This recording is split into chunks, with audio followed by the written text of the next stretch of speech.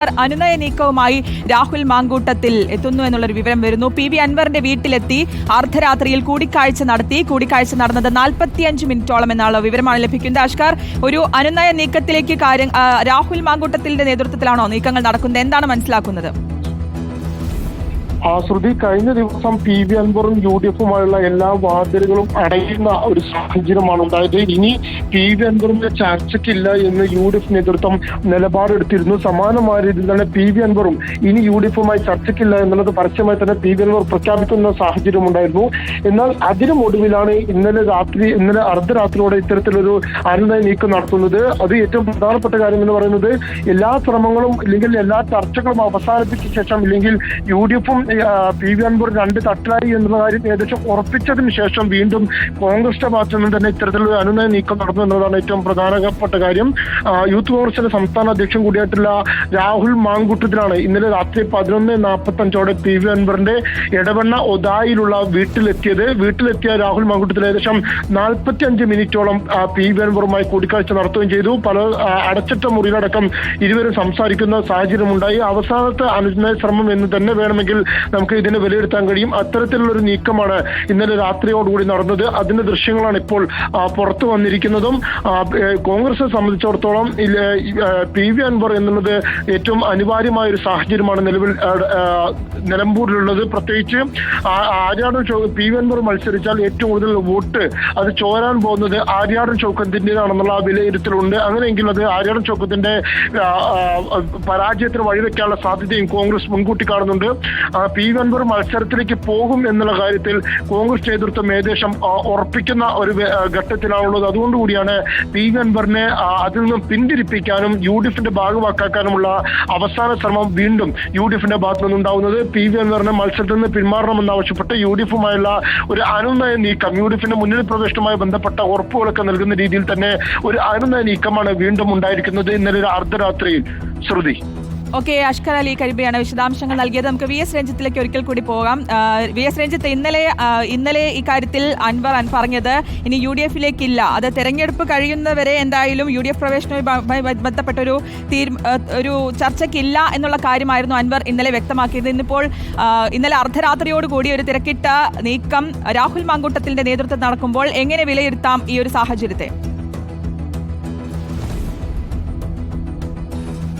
ശ്രുതി, കോൺഗ്രസും UDF-ഉം പരമാവധി PV അൻവറിനെ കൂടെ നിർത്തണം എന്ന് ആഗ്രഹിക്കുന്നുണ്ട്. അത് ചില ഈഗോ വിഷയങ്ങളാണ് അവസാന ഘട്ടത്തിൽ അതിന് പറയായത്. കാരണം നേരത്തെ ഈ നിലമ്പൂർ ഉപതെരഞ്ഞെടുപ്പിൻ്റെ വിജ്ഞാപനം വരുന്നതിന് മുൻപ് PV അൻവറിനെ കൂടെ കൂട്ടാമെന്നും അസോസിയേറ്റ് ആക്കാനൊക്കെ തത്വത്തിൽ ധാരണയായിരുന്നാണ് ലീഗിൻ്റെ സംസ്ഥാന ജനറൽ സെക്രട്ടറി തന്നെ അത് വെളിപ്പെടുത്തുകയും ചെയ്തു. PMS എല്ലാം പറഞ്ഞിരുന്നു, ഞങ്ങൾ നേരത്തെ തീരുമാനിച്ചതാണ്, അത് പ്രഖ്യാപിക്കാൻ മാത്രമേ ബാക്കിയുള്ളൂ. അപ്പോൾ ലീഗ് വളരെ കോൺഫിഡൻസിലായിരുന്നു PV അൻവർ കൂടെ ഉണ്ടാവും എന്നുള്ള കാര്യത്തിൽ. പക്ഷേ എന്ത് സംഭവിച്ചു? അവസാന ഘട്ടത്തിൽ ആര്യാടൻ ഷൗക്കത്ത് സ്ഥാനാർത്ഥിയായതോടുകൂടി ആര്യാടൻ ഷൗക്കത്തിനെതിരായി PV അൻവർ നടത്തിയ പ്രസ്താവനകളാണ് കോൺഗ്രസ് നേതൃത്വത്തെ ചൊടിപ്പിച്ചിട്ടുള്ളത്. അപ്പോൾ അതിൽ ഒരു തിരുത്തൽ വരുത്തട്ടെ എന്നുള്ളൊരു ഈഗോ ക്ലാഷ് വരികയും പിന്നീട് അവസാന ഘട്ടത്തിൽ കോൺഗ്രസ് തന്നെ UDF തീരുമാനിച്ച് അസോസിയേറ്റ് അംഗമാക്കാനുള്ള പ്രഖ്യാപനം നടത്തുകയുണ്ടായത്. ഈ പ്രഖ്യാപനം കുറച്ച് നേരത്തെ നടത്തിയിരുന്നെങ്കിൽ, ഈ തെരഞ്ഞെടുപ്പ് വിജ്ഞാപനത്തിന് മുന്നേ നടത്തിയിരുന്നെങ്കിൽ, ഒരുപക്ഷെ തെരഞ്ഞെടുപ്പ് വിജ്ഞാപനം വന്ന ഉടൻ നടത്തിയിരുന്നെങ്കിൽ ഈ ആര്യാടൻ ഷൗക്കത്തുമായി ബന്ധപ്പെട്ട പ്രശ്നങ്ങളൊന്നും ഉണ്ടാവില്ല. UDF-ന്റെ സ്ഥാനാർത്ഥിയെ പിന്തുണയ്ക്കാനുള്ള പൂർണ്ണ ഉത്തരവാദിത്വം PV അൻവറിന് ഉണ്ടാകുമായിരുന്നു. ആ തീരുമാനം ഡിലേ ചെയ്തപ്പോൾ PV അൻവർ സ്വന്തം വാവിട്ട വാക്കുകൾ പറഞ്ഞു. അത് പിന്നീട് PV അൻവറിനും UDF-നും ഒക്കെ വലിയ ദോഷമായി മാറി. പക്ഷേ ഇപ്പോൾ UDF നേതൃത്വം ആഗ്രഹിക്കുന്നുണ്ട് PV അൻവർ കൂടെ നിൽക്കണമെന്നുള്ളത്. കാരണം M സ്വരാജ് വരുന്നതോടുകൂടി മത്സരം കുറച്ച് കടുക്കുകയാണ്. അതുപോലെ തന്നെ BDJS-ഉം BJP ഒക്കെ മത്സരരംഗത്ത് ഇറങ്ങുമ്പോൾ ആ വോട്ടുകൾ, അതുപോലെ SDPI കളത്തിലിറങ്ങുമ്പോൾ അതിൻ്റെ വോട്ടുകൾ, അങ്ങനെ മത്സരം കൊഴുക്കുന്ന സമയത്ത് ഭരണവിരുദ്ധ വികാരം ഉണ്ടെങ്കിൽ പോലും അത് സ്പ്ലിറ്റ് ചെയ്തു പോകും. ഭരണവിരുദ്ധ വികാരം UDF-ന് മാത്രമായി ഏകീകരിക്കപ്പെട്ടാൽ മാത്രമേ ഇവിടെ ഇപ്പോൾ ഒരു ഈസി വോക്ക് ഓവർ UDF-ന് ഉണ്ടാവൂ. അല്ലെങ്കിൽ മത്സരം ടൈറ്റാവും. മത്സരം ടൈറ്റായാൽ സംഭവിക്കാൻ പോകുന്നത് നിലമ്പൂർ ഉപതെരഞ്ഞെടുപ്പിൽ LDF അഥവാ ജയിച്ചു കയറിയാൽ തുടർ ഭരണം എന്നുള്ള LDF-ന്റെ അവരുടെ അവകാശവാദത്തിന് ശക്തി കൂടും. സ്വാഭാവികമായിട്ടും തിരിച്ചു വരാനുള്ള UDF-ന്റെ വാതിലുകൾ അടയും എന്നുള്ളതും വളരെ പ്രധാനപ്പെട്ടതാണ്. അതുകൊണ്ട് UDF-നെ സംബന്ധിച്ച് രാഷ്ട്രീയ പ്രാധാന്യം ഏറെയുള്ളൊരു തെരഞ്ഞെടുപ്പാണ് നിലമ്പൂർ ഉപതെരഞ്ഞെടുപ്പ്.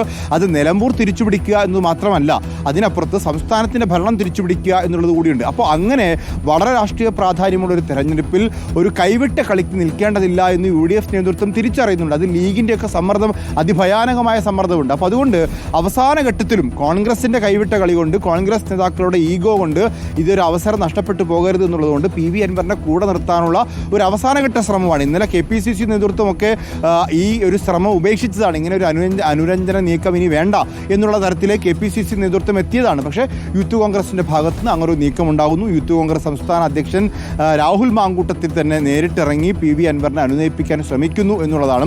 PV അൻവറിനെ അനുനയിപ്പിക്കാൻ ശ്രമിക്കുന്നതിന് മറ്റൊരു ഭാഗം ഈ രാഹുൽ മാങ്കൂട്ടത്തിൽ ഫേസ്ബുക്കിൽ പോസ്റ്റിട്ടും പ്രകോപിപ്പിച്ചാണ് സ്വരാജിനെ മത്സരരംഗത്ത് ഇറക്കിയെന്നുകൂടി ഒരു വാദമുണ്ട്. അപ്പോൾ ഏതായാലും സ്വരാജ് കളത്തിലിറങ്ങിയതാണ് ഏതായാലും ഈ ഒരു മത്സരം വളരെ കടുക്കാനുള്ളൊരു കാരണം. ആ ഘട്ടത്തിൽ സ്വാഭാവികമായിട്ടും യൂത്ത് കോൺഗ്രസിനെ നേരിട്ടിറങ്ങി PV അൻവറിനെ കൂടെ നിർത്തി മത്സരം ഒന്ന് ലളിതമാക്കാനുള്ള, ഈസി വോക്ക് ഓവർ ആക്കാനുള്ള ശ്രമം സ്വാഭാവികമായിട്ടും നടത്തും. ആ ഒരു ശ്രമമാണ് നമ്മൾ കണ്ടതെന്നാണ് മനസ്സിലാക്കാൻ സാധിക്കുന്നത്. നാളെയാണ് PV അൻവറിനുള്ള അവസാന തീയതി. ഇന്നൊരു പക്ഷേ PV അൻവർ 9:30 വാർത്താ സമ്മേളനം വിളിച്ചിട്ടുണ്ട്. ആ വാർത്താ സമ്മേളനത്തിൽ സ്ഥാനാർത്ഥിയാവാനുള്ള പ്രഖ്യാപനം ഉണ്ടാകുമോ എന്നുള്ളതാണ് നമ്മൾ കാത്തിരിക്കുന്നത്. തൻ്റെ കയ്യിൽ പണമില്ല, അതുകൊണ്ട് മത്സരത്തിനില്ല, എന്നാൽ UDFിലേക്കില്ല എന്നുള്ളതാണ് ഇതുവരെ PV അൻവർ പറഞ്ഞത്. പക്ഷേ അദ്ദേഹത്തെ മത്സരിപ്പിക്കാൻ വേണ്ടി ആളുകൾ ജനകീയമായി തന്നെ ഇവിടുത്തെ ഓട്ടോ ഡ്രൈവർമാരും ഇവിടുത്തെ സാധാരണ കൂലിപ്പണിക്കാരും കർഷക തൊഴിലാളികളും ഒക്കെ നിർബന്ധിക്കുന്നു എന്നാണ് അദ്ദേഹത്തിൻ്റെ അവകാശവാദം. അപ്പോൾ അങ്ങനെയാകുമ്പോൾ ഒരു ജനകീയ സ്ഥാനാർത്ഥിയായി രംഗപ്രവേശം ചെയ്യാനുള്ള PV അൻവറിൻ്റെ ഒരു സാധ്യത മുന്നിൽ കാണുന്നുണ്ട്. അങ്ങനെ വന്നാൽ അത് UDFിന് വലിയ തിരിച്ചടിയാവും. ഇനി മത്സരിച്ചില്ലെങ്കിൽ കൂടി UDFിൻ്റെ ഭാഗമല്ലാതെ മാറി എന്നാൽ PV അൻവറിൻ്റെ ഒരു ആനുകൂല്യം ആര്യടൻ ഷൗക്കത്തിന് കിട്ടാൻ പോകുന്നില്ല. അതും ഒരു വലിയ പ്രധാനപ്പെട്ട ഘടകമായി മാറും. അതുകൊണ്ട് PV അൻവറിനെ കൂടെ നിർത്തുക എന്നുള്ളത് വളരെ നിർണായകമാണ് UDFിനെ സംബന്ധിച്ച്. അതിനുള്ളൊരു അവസാനവട്ട ശ്രമമാണ് രാഹുൽ മാങ്കൂട്ടത്തിൻ്റെ ഭാഗത്ത് ഇന്നലെ അർദ്ധരാത്രിയും ഉണ്ടായത് എന്നുള്ളതാണ് നമുക്ക് മനസ്സിലാക്കാൻ സാധിക്കും. അതാണ് അപ്പോൾ ഒരു ആശങ്ക അവർക്കിടയിൽ ഉണ്ടാകുന്നുണ്ടോ എന്നുള്ളത് തന്നെയാണ്. അതിൽ ഇന്നലെ വാർത്താ സമ്മേളനം നടത്തിയപ്പോൾ PV അൻവർ പറഞ്ഞത് പണമില്ലാത്തതിനാൽ മത്സരിക്കാൻ ഇല്ല എന്നുള്ളത്. പക്ഷെ വൈകിട്ടാകുമ്പോഴേക്കും തീരുമാനത്തിൽ, അതായത് മത്സരിക്കാനുള്ള ഒരു സാധ്യത മുന്നോട്ട് വെക്കുകയും ചെയ്യുന്നുണ്ട്.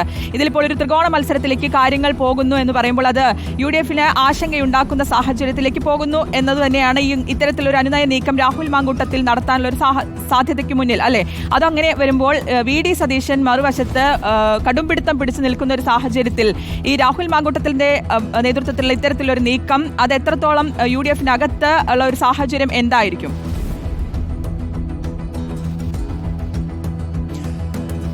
അശ്വതി, ഇവിടെ വളരെ കുറഞ്ഞ വോട്ടുകളാണ് നിലമ്പൂരിൽ ജയപരാജയങ്ങൾ തീരുമാനിക്കുന്നത്. ഇവിടെ കോൺഗ്രസിനും അതുപോലെ UDFിനും LDFിനും ഒരു അടിസ്ഥാന വോട്ട് ബാങ്ക് ഉണ്ട് എന്ന് പറഞ്ഞൊരു 50,000-ഓളം വോട്ടുകൾ UDFിനും LDFിനും തുല്യമായിട്ടുണ്ട് എന്ന് വേണമെങ്കിൽ പറയാം. അതൊരു അടിസ്ഥാന വോട്ടാണ്.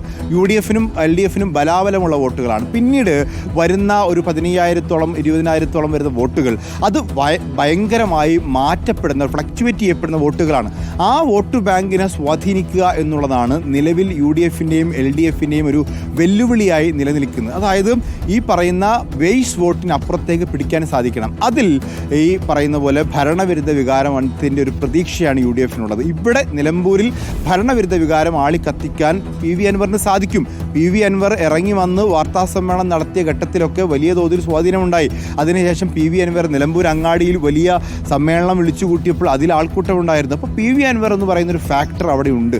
ആ ഫാക്ടറിന് ചില വോട്ട് സമാഹരിക്കാൻ സാധിക്കും. അത് ചിലപ്പോൾ 5,000, 10,000, 15,000 ഒക്കെ ആയിരിക്കാം. കുറഞ്ഞ വോട്ടുകളായിരിക്കും. ഒറ്റയ്ക്ക് നിന്ന് ജയിക്കാനൊന്നും PV അൻവറിന് സാധ്യമല്ല എന്നുള്ളത് എല്ലാവർക്കും അറിയാം. കാരണം ഇവിടെ ഒരു പാർട്ടി വോട്ടിൻ്റെ ബേസ് ഉണ്ട്. രണ്ട് പാർട്ടികൾക്കും, കോൺഗ്രസിനുണ്ട്, CPM-നും ഉണ്ട്. അപ്പോൾ അതിനപ്പുറത്ത് ജയിക്കാൻ വേണ്ട വോട്ടുകളെ സ്വാധീനിക്കാൻ സാധിക്കുന്ന ഒരു സ്ഥാനാർത്ഥിയായിരിക്കും PV അൻവർ. അത് PV അൻവറിന് ജയിക്കാനല്ല, UDFിനും LDFിനും ജയിക്കാൻ ആവശ്യമായ വോട്ടുകളെ മാറ്റിമറിക്കാൻ സാധിക്കുന്ന, സ്വാധീനിക്കാൻ സാധിക്കുന്ന, നിലമ്പൂരിനെ മാറ്റിമറിക്കാൻ സാധിക്കുന്ന ഒരു സ്ഥാനാർത്ഥിയാണ്. സ്വാഭാവികമായിട്ടും ഇവിടുത്തെ കർഷക തൊഴിലാളികൾക്കിടയിൽ, സാധാരണക്കാർക്കിടയിലൊക്കെ PV അൻവറിൻ്റെ ഒരു എഫക്റ്റ് ഉണ്ട്. അദ്ദേഹം 8 കൊല്ലത്തോളം ഇവിടെ MLA ആയിരുന്ന ആളാണ്. അതിനു മുമ്പ് ഈ നാട്ടുകാരനാണ്. അപ്പോൾ അങ്ങനെയൊക്കെയുള്ള സ്വാധീനം വെച്ചുകൊണ്ട് ഇവിടുത്തെ വോട്ട് ബാങ്കിനെ സ്വാധീനിക്കാൻ PV അൻവറിന് സാധിക്കും. അങ്ങനെ സ്വാധീനിക്കപ്പെടുന്ന വോട്ടുകൾ UDFിന് തന്നെ കിട്ടണം എന്നുള്ളതാണ് UDF ഇപ്പോൾ കണക്കാക്കുന്നത്. അല്ലെങ്കിൽ UDFിന് ഒരു ഈസി വോക്ക് ഓവർ ഉണ്ടാവില്ല. അതിൻ്റെ പ്രധാനപ്പെട്ട കാരണം ആര്യടൻ ഷൗക്കത്തിൻ്റെ സ്ഥാനാർത്ഥിത്വമാണ്. ആര്യടൻ ഷൗക്കത്ത് ഈ സീറ്റ് മേടിച്ചെടുക്കുമ്പോൾ സ്വാഭാവികമായിട്ടും ആര്യടൻ ഷൗക്കത്തിന് ഇവിടുത്തെ കോൺഗ്രസ്സുകാർക്കിടയിൽ ചില അസ്വാരസ്യങ്ങളുണ്ട്. VS ജോയി പക്ഷത്തുള്ള ആളുകൾക്ക് ആര്യടൻ ഷൗക്കത്ത് സ്ഥാനാർത്ഥിയാവുന്നതിനുള്ള എതിർപ്പുണ്ട്. അതുപോലെ തന്നെ ലീഗിൽ ആര്യടൻ ഷൗക്കത്തിന് എതിരെ എതിർപ്പുകളുണ്ട്. ഇപ്പോൾ KM ഷാജിയൊക്കെ വന്നിട്ട് ഒരു പ്രസ്താവന നടത്തിയിരുന്നു. ഇവിടെ ആകെ UDF സ്ഥാനാർത്ഥി എന്നുള്ളതാണ് ആര്യടൻ ഷൗക്കത്തിൻ്റെ ഏക പ്ലസ് പോയിന്റ് UDF സ്ഥാനാർത്ഥി എന്നുള്ളതാണ്. എന്ന് പറഞ്ഞാൽ പ്ലസ് അല്ലാത്ത പല പോയിന്റുകളും ലീഗിന് അങ്ങനെ അഭിപ്രായമുണ്ട് എന്നുള്ളതാണ്. കാരണം ലീഗിനെക്കുറിച്ചും ലീഗിൻ്റെ പണക്കാട്ട നേതൃത്വത്തെക്കുറിച്ചൊക്കെ നേരത്തെ വന്നിട്ടുള്ള പ്രസ്താവനകൾ, അത് ആര്യടൻ മുഹമ്മദിൻ്റെ കാലത്ത് നടത്തിയ പ്രസ്താവന എന്ന് പറയുന്നത് അദ്ദേഹത്തിന് നിലമ്പൂരിലുള്ള സ്വാധീനം അത്ര അധികം ഉണ്ടായിരുന്നു. പക്ഷേ ആര്യടൻ ഷൗക്കത്ത് അത്രയായിട്ടില്ല. അദ്ദേഹം ഒരു MLA ഒക്കെ പ്രവർത്തിക്കുമ്പോൾ സ്വാഭാവികമായിട്ടും ഉണ്ടാവാൻ സാധ്യതയുള്ളതാണ്. എങ്കിൽ കൂടിയും ഇവിടെ പഴയ പ്രസ്താവനകളും ലീഗിൻ്റെ എതിർപ്പുകളുമൊക്കെ പ്രകടമായാൽ അത് ആര്യടൻ ഷൗക്കത്തിനെതിരാവും. അതുകൊണ്ട് ഒരു ഈസി വോക്ക് ഓവർ വേണമെങ്കിൽ PV അൻവറിനെ കൂടെ നിർത്തുക എന്നുള്ളതാണ് ഏറ്റവും പ്രധാനപ്പെട്ട ഘടകം.